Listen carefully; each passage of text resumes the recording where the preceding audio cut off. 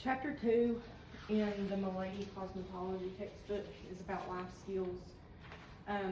This chapter has a lot of tips and different ways for you to manage time, manage yourself, but you can use what you learn in this chapter in your everyday life, whether you stay with cosmetology or not.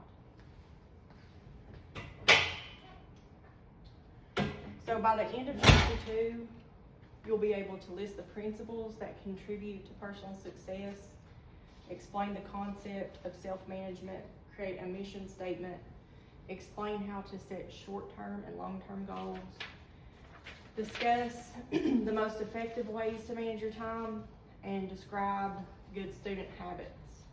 You'll also define ethics and list the characteristics of a healthy, positive attitude. So, some life skills for a satisfying career, but not only that, a satisfied life, and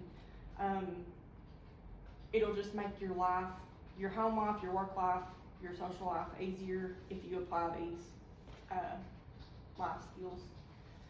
So the first one is be caring and helpful, be empathetic, and be available for a helping hand if somebody needs it. Make good friends, feel good about yourself, have a sense of humor, be cooperative. Nobody likes to work with somebody who is uncooperative. It makes a bad day for everybody.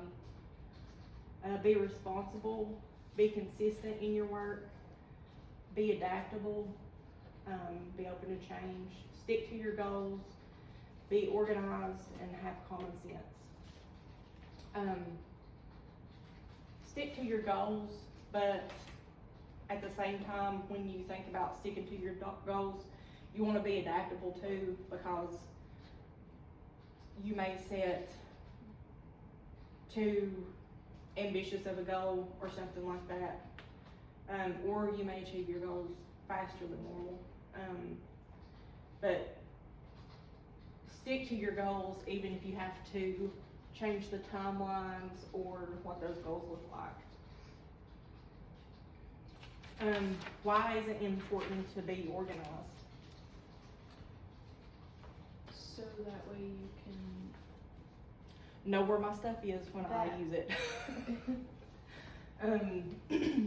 Why is it important to be consistent in your work? So that way when you're trying to build a clientele, people know kind of what your work is going to look like. And what to expect. That. If I have a lady who comes every 4 weeks and gets her roots touched up and she does a level 6 in, if I'm not organized, if I don't keep track of it, and she comes in and I put a 4 in on her, that's not consistency, is it? No. And then at the same time, be consistent. So with each client, or every endeavor you attempt, anything like that, put your best foot forward and give it your all. And I feel like as long as you do that you'll be consistent. Some guidelines for success: build self-esteem, and a way you can do this is just practice, and get to the point where you can trust yourself in your abilities. Visualize success. So like for this week, I'm gonna have you all do a vision board, and we're gonna do like the goal setting and stuff too, but I want you all to do a vision board for what you want your life to look like 5 years from now. Build on your strengths. So if you are good at doing blowouts, if you practice and practice and practice, you only get better, right? Mm-hmm. Be kind to yourself, and remember that if you're not making mistakes, you're not learning. Define what success looks like for you. Stay true to yourself and be yourself. No matter, I'm sorry, that was left over from the be kind to yourself part. Stay true to yourself and be yourself. Don't pretend to be somebody you're not. Define what success looks like for you. So, what does success look like for you? Having a full clientele. Full clientele. Tara, what does success look like for you?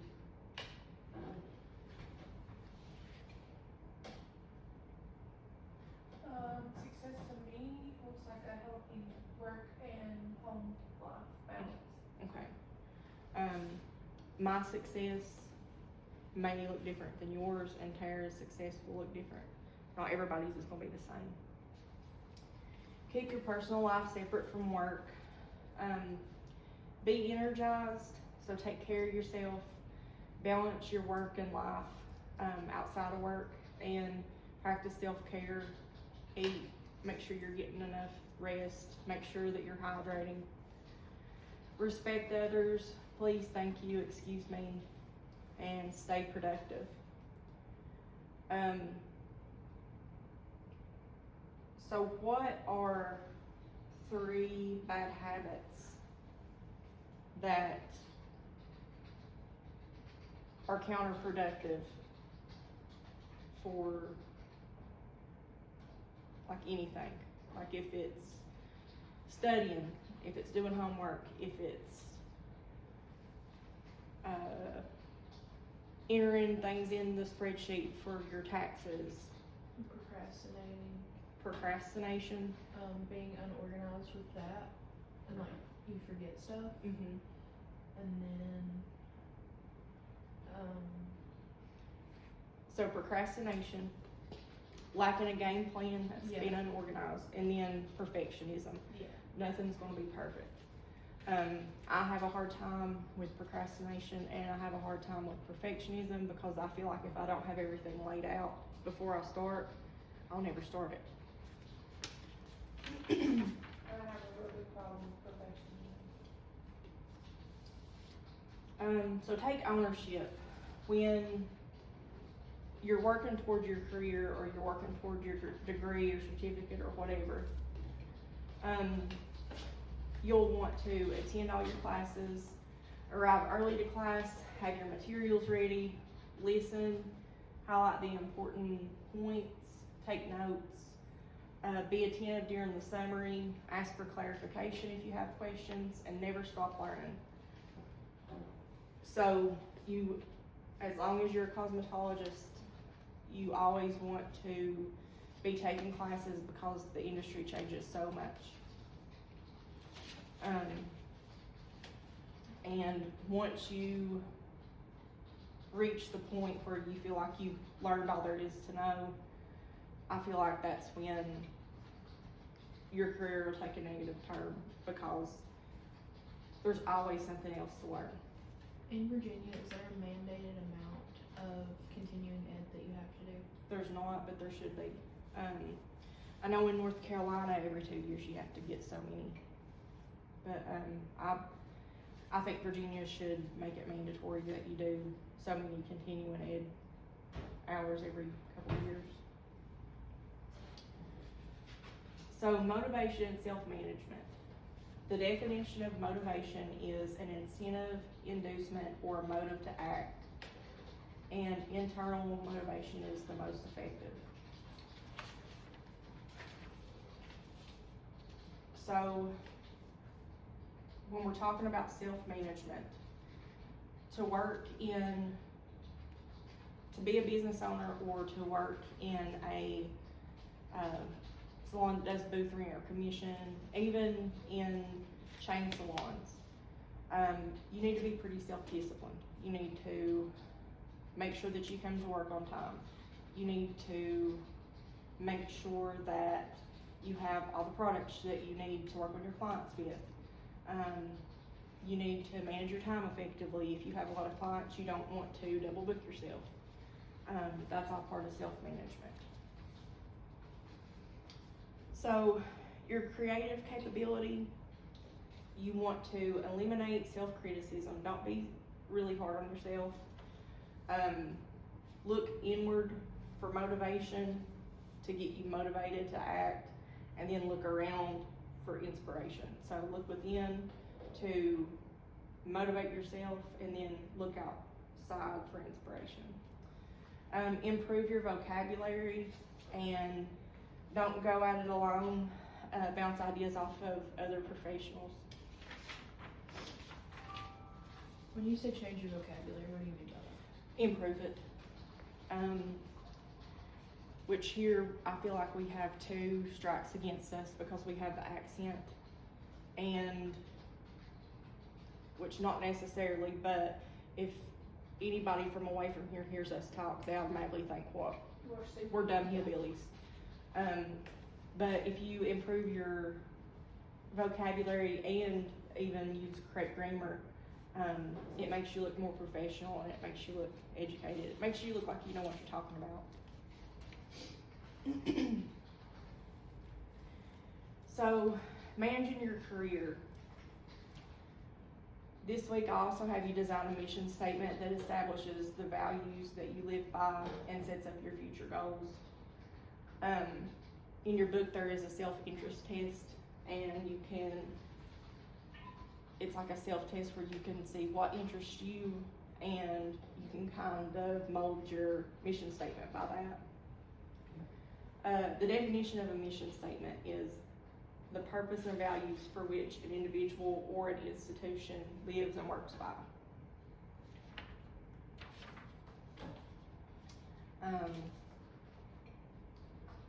So when you manage your career, you set your mission statement, and in that mission statement, you also will set your goals.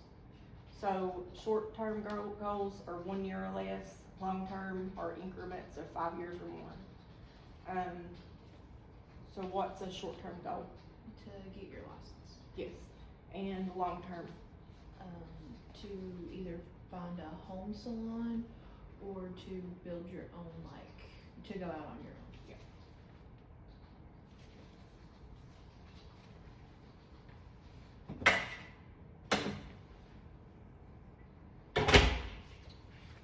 So some things that you can ask yourself for effective goal setting.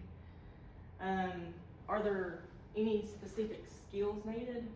So if I want to become a cosmetologist, I need to learn how to do hair, right? If I want to become a mason, then I need to go to school for that trade. If I want to make jewelry for a living, then I need to watch YouTube videos or take classes on that. Find out what specific skills you need to learn to achieve that goal. Is the information that you need readily available? What cosmetology schools are around? What vocational schools are around? Any other trade? What community colleges are around? And then if you want to learn to knit or something, what YouTube videos can you look up and find? Do you need a coach or a mentor for this? For cosmetology school, I feel like the instructors that I had when I was in school, as well as everybody that I've ever worked with up until this point, have been a coach or a mentor to me in some way. Even the students that I have. I feel like I learned stuff from, people who are just new to it, up to the veterans in it. So always be open to that. As far as needing a professional coach or a professional mentor, for cosmetology I wouldn't say that you do, because you have your resources in other people that you work with and stuff, but as far as paying somebody, I don't think you need that, because there's always so many people who are willing to share what they know about it. What's the best approach to help you accomplish your goals? So if I want to get my cosmetology license, I wouldn't go sign up to take classes toward my bachelor's in psychology, would I?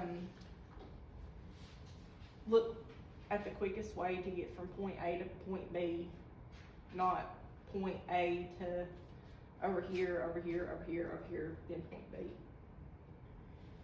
And then, are you open to new ideas for your plan?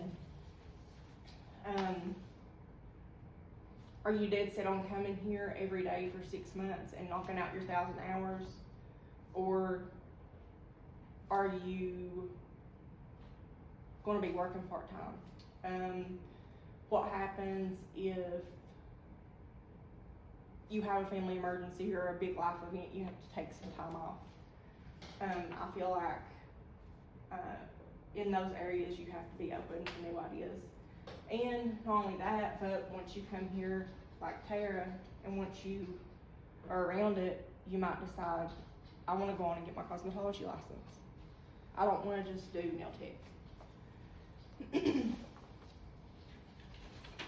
So it's good to be open to new ideas.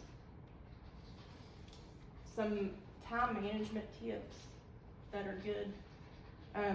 Prioritize your tasks or things that you have to do. Make a system that works for you. Don't take on too much at a time. Set boundaries and stick by your boundaries, and remember that no is a complete sentence. When I started out, I was afraid to tell anybody no, and when students come in here, I try to tell them to begin with, like, if you're here from 10 to 5 or 10 to 4, whatever, you take whatever comes through the door. But if your day off is Wednesday and somebody calls needing an appointment on Wednesday, you take your day off. You stick by that, because you need boundaries for your physical health, mental health, all that. Don't take on too much. Learn how to problem solve. Plan downtime, especially if you're frustrated, overwhelmed, worried, or if you feel guilty about something. Carry an organizer or a planner, and make schedules, daily, weekly, monthly. On my booking app, I have where I can go in there and look at what I've got going on for this day. I look at it by the week, and then I look at it by the month, and then I put down my clients that are coming in for that week, if I have any doctor's appointments, or if Cambria has any ball games or practice or anything like that.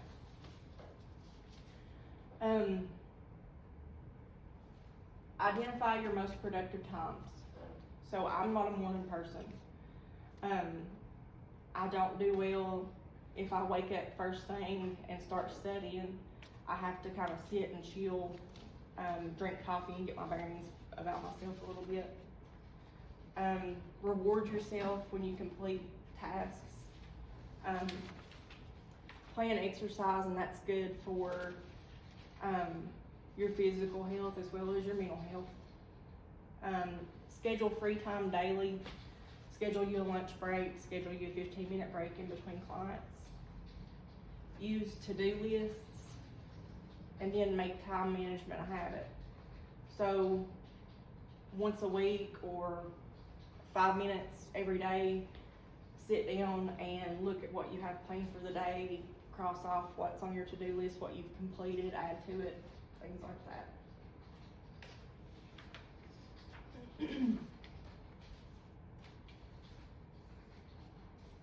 Some study skills to live by. Where you study, make sure that you have all your supplies, that it's quiet, that it's comfortable. When should you study?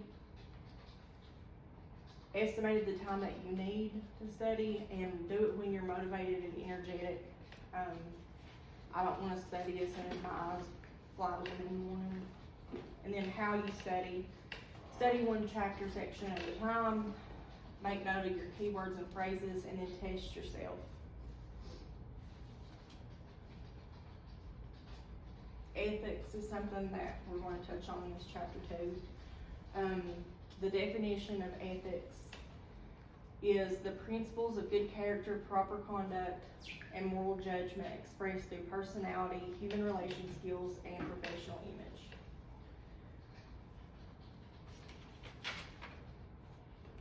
So some examples of professional ethics: self-care, integrity, discretion, and communication.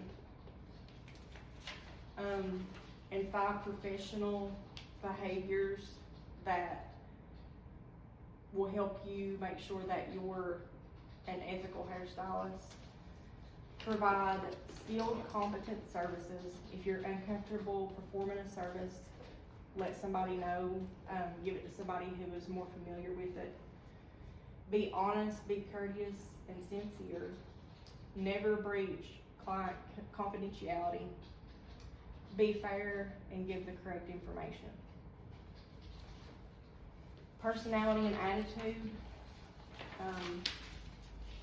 What's diplomacy? I was gonna ask. Okay. So if you and Tara are working with me in here, and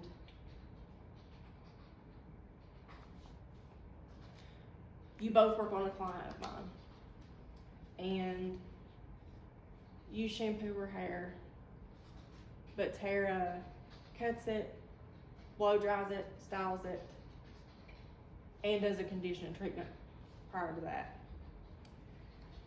And the client tips you $10 and doesn't give Tara anything, and y'all are fighting about it. Diplomacy would be being fair. Okay. Like somebody with outside eyes looking in that doesn't have anything to gain from it. It's not taking a side. That can help in workplace conflict. Your tone of voice. I have a problem with this. Kinsey has a problem with this. Just watch your tone. A lot of times I don't realize that I'm sound hateful when I do. Emotional stability. Try to keep your outside life outside of here. Have sensitivity towards your clients and then your coworkers too. Receptivity. Be open to hearing and considering new ideas, and make sure that you have good communication skills.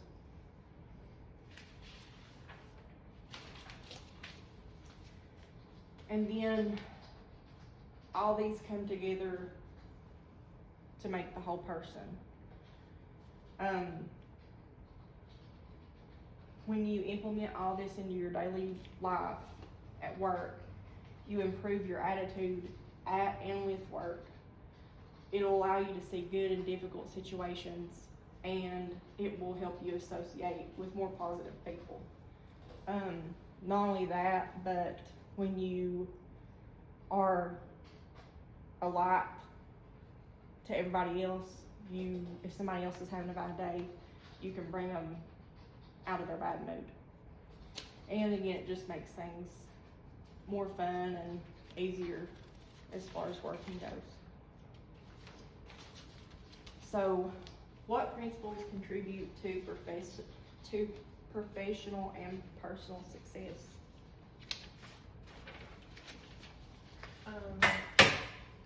Being organized, not being super hard on yourself, and being cooperative with the people you work with.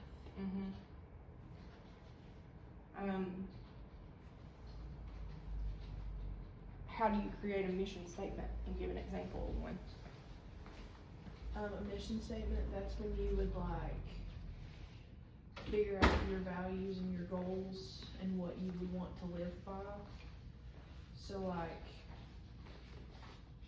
in my personal life, I like to think that if it can't be fixed in 5 minutes, don't point it out on somebody else, and that's something that I very wholeheartedly live by. So just, I guess my mission statement would be to be kind and to spread kindness and to kind of go that way with it.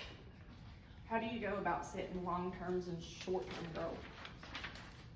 Short-term goals are things that can be accomplished very quick. like I think you said within a year. A year or less. So that would be like getting licensed and what can I do to help me get ready for that challenge. And then like long term would be, like if I wanted to go out on my own, I would look at how much I would need to save now in order to pay my rent, my utilities, my professional liability insurance, my taxes, that kind of stuff. What are some effective ways to manage time? To not procrastinate, to identify my productive times, to reward myself, and to make a list. What's the definition of ethics? It is principles of good character, proper conduct, and moral judgment expressed through personality, human relations skills, and professional image. And what are the characteristics of a healthy, positive attitude? Diplomacy, emotional stability, and to be receptive and have good communication skills. All right. Did you have any questions? No, ma'am, you answered them all. Thank you. All right.